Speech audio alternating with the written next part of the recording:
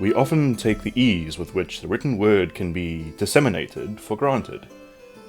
In modern times, any thought, however redundant or ill-informed, can be transcribed and viewed by thousands or even millions in a matter of seconds. Of course, before the invention of the internet, before the creation of digital archiving, before even the creation of the printing press, sharing detailed information often meant loaning out the single prized copy of a manuscript, or painstakingly copying said manuscript over a long period in order to create a duplicate. Thus, due to the effort involved, many detailed writings were confined to their original copies. Those that were duplicated were naturally of incredible significance, such as religious or scientific texts, and in the West and Middle East, this of course meant the Bible and its supporting literature. But copying these immensely intricate tomes required a lot of time, effort, and skill, something that not many individuals had in abundance. That is, of course, until the popularization of the monastic lifestyle around 400 BC by the Egyptian Saint Pachomius the Great, or probably just Paki to his friends.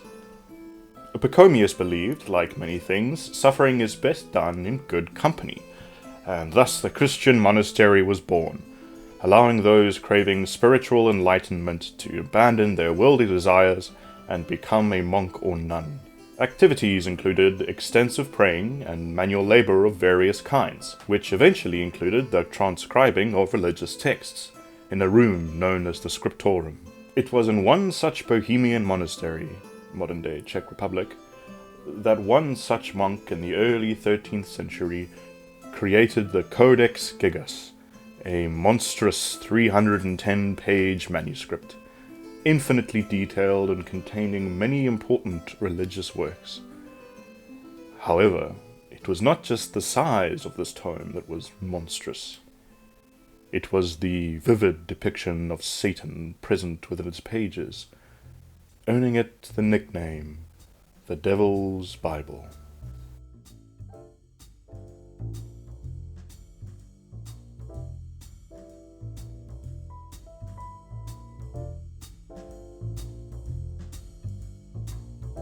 The Codex Gigas, or literally Big Book, is unique in many different ways, some more mysterious than others. For a start, it is currently the largest medieval manuscript that exists, at 92 centimeters long, 50 centimeters wide, and 20 centimeters thick, and weighing in at around 75 kilograms.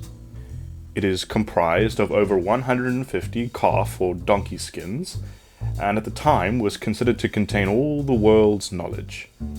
This knowledge is limited to 2 Hebrew, 1 Slavic, and 1 Glagolitic alphabet, the entire Latin Bible, Josephus Flavius's Antiquities of the Jews and the Jewish War, both books of Jewish history, Bishop Isidorius's Etymologiae, an early encyclopedia, a compendium of medical works, the history of Bohemia, an incredibly long written confession of sins, 3 spells and 2 magic formulae for the purpose of curing fever and sudden diseases, and catching thieves, respectively. A large calendar chronicling festivals and obituaries, the latter of which there are around 1,539 of, copious amounts of notes in margins, including documenting imperial visits, or simply attending individuals recording their names. This book was someone's magnum opus, their great work. We know little about its author, except from local legend and what we can infer from analyzing its contents. The legend of its creation concerns a lone monk named Herman the Recluse. Herman had broken his monastic vows and was sentenced to be walled up alive and starved to death.